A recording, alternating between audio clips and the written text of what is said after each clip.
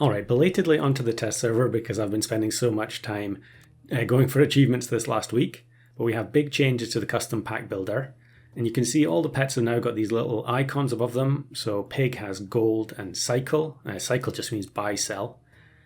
And we've got some new rules on how you build a pack. So you can still do things the old way. You can just pick whatever pets you like.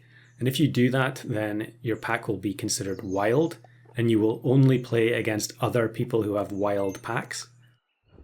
But for those of us who want a fairer experience, you can build a standard pack. So that means that you don't have more than 2 of any given archetype on a particular tier.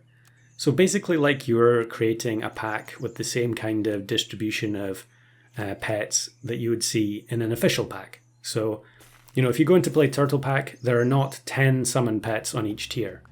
There's actually very few per tier, and yet the summon archetype still works perfectly well in that pack.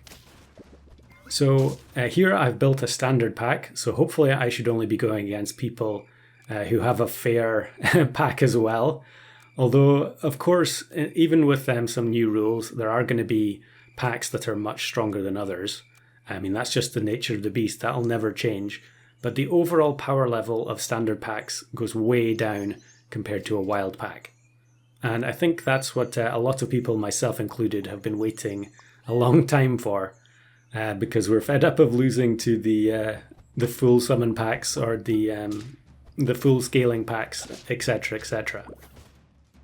Now it's worth saying that this is all the first version of this, so I'm sure many of the different archetypes and so on will all be changed in order to try and prevent some of the more abusive combos that you can get. I think they've already made some revisions, actually. That's why I say I'm late to the party. There definitely were some different archetypes the first time this came out, but we're already on version 2. So yeah, the link will be in the description if you want to participate in the test, and then you can go to the official Discord and feedback to the developers if you think there may be some units that have been miscategorized. There are definitely a lot of units that have multiple roles. They serve multiple purposes. So it's arguable whether or not they should be in one archetype or the other. Now, with this update, we also have a huge number of new custom units. So most of them are free, and there are a handful that are paid as well. There are a couple that actually come along with Unicorn and Golden Pack, I think.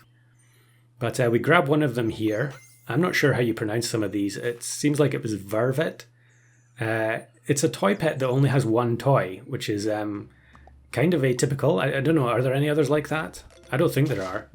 But it's this microwave, and it gives popcorn to a unit that doesn't have a perk at the front, which I really like that.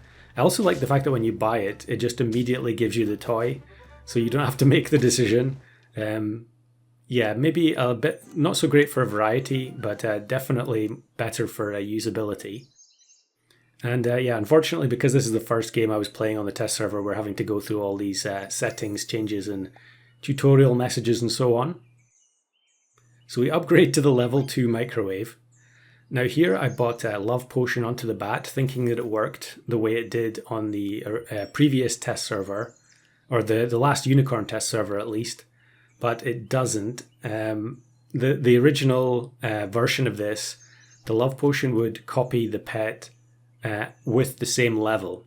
So if I had the love potion on it, on the bat here, I would get another level 2 bat. That's not the case. You only get a level 1 now. So yeah, not sure how good that is, but probably getting a level 2 for 3 gold would be a bit unfair for a tier 2 perk. And we can also see some of the other teams having new units. That was the fly trap there. I think everyone's been waiting for that for a long time since the graphic was leaked on a previous test phase. The fly trap is the unit that everyone's been talking about in the comments that kind of works like the mirror in the current wacky pack. So you can use it to clone units from the opposing team and technically get the same achievements that are currently available in the wacky pack. That is probably not going to be the case, though. I think realistically, you're not going to be able to steal units like Giant Eyes Dog in customs because no one uses them. You would need another weekly where people are restricted to using specific pets, but I'm sure they can do that again in the future. So, having gotten rid of the microwave guy, we're now back to having only units that already exist in the game. And I think that's partly because every time I go on the test server, I seem to gravitate towards the existing units. You already know how to use them. It's much easier to use that as the base of your team and then try and branch out later on. I think there are definitely testers out there, probably Aquos amongst them. I don't know if that's actually how you pronounce that name, but people who are immediately going for the extremely complicated scientist type combos. Lots of interesting teams I've already seen, having played a few more games after this one. But what I wanted to go for here was scaling up a bat and then giving the bat one of the new food items, which is the churros. I'm not entirely sure how you pronounce that. It wouldn't be an update to SAP without questions about pronunciation, I guess. But yeah, churros at the moment is a tier 1 perk. And of course, everything on the test server is subject to change. So don't assume that what you're seeing on screen is going to make it into the final version.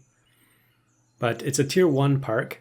And what it allows you to do is jump ahead in the order of operations. So Bat is a start of battle unit. So that means that if I give churros to the bat, it will go first before all the other start of battle units, regardless of attack order. Of course, if the opposing team also had churros, then the attack order does matter. But this is something that I've had on my wish list for a very long time, and it's kind of insane that it's actually being added to the game. So yeah, I'm extremely interested to see how it's going to pan out. One of the main reasons I've always wanted this added is that there are certain things that you just cannot stop from happening because pets have 50 attack. So for instance, if you face leopard, 50-50 leopard with tiger behind it, it's always going to shoot first. But now if you have churros, you could potentially move those units using, say, seahorse. I'm trying to think of the other stuff that could move things at the start of battle. But yeah, basically you can modify the opponent's lineup at start of battle and potentially stop these extremely oppressive combos from ever going off in the first place. And it's probably not going to be super reliable, but that's not really a big deal. The important thing is that it's possible. And that in itself can discourage people from playing certain combos over and over again. So we finally get some new units onto our team here. We've got the Farmer Crow. And a lot of the new units are this farming archetype. I guess the archetype itself is feeding. So they feed corn cobs to other pets. And certain pets have various abilities that trigger when they are fed any food, but also specifically corn cobs. So here's a strange looking team with double Deer Lord at the front. Not entirely sure how that happened. I guess they fainted a Kappa. But we end up getting the black bear here, which I think visually is one of my favorites of the new update. Hopefully the graphic remains intact like this when this finally makes it onto the live server. And I wanted to have multiple farmer crows passing the corn cobs to the bears. The ability on the bear is that it snipes based on how many times it's been fed this turn. I actually thought initially that it was going to do lots of little 3 damage snipes, but it seems like they all add together and do one big hit. So you can see here we do, we only do 1 hit to the scorpion there. So it's obviously cumulative.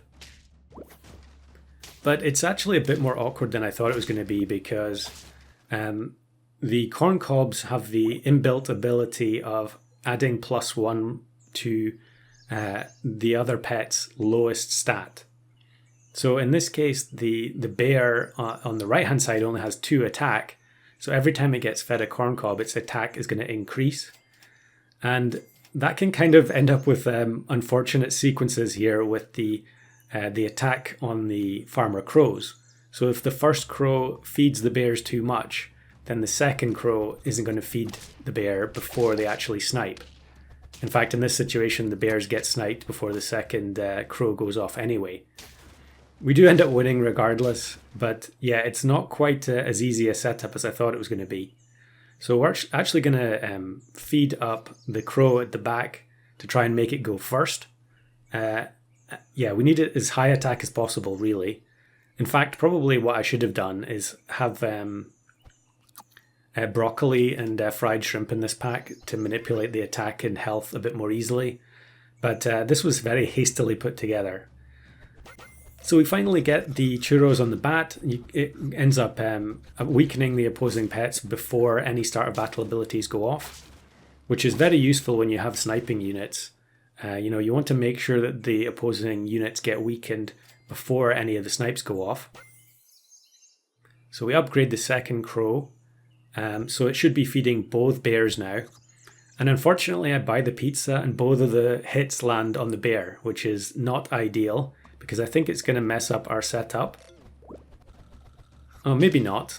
It is kind of hard to tell exactly what's happening. But unfortunately, we end up facing this very large, scaled up food team. It still clearly is possible to take some very strong combos despite the restrictions on the pack builder. And unsurprisingly, I don't really know what I'm doing with these new units.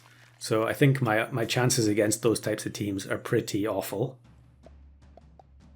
And actually, this team is just about as traditional as it comes. We've got the big leopard.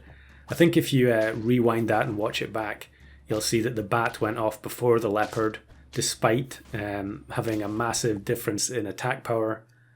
So yeah, unsurprisingly, we end up losing the first run, but I was very happy to see that new perk worked the way I expected it to.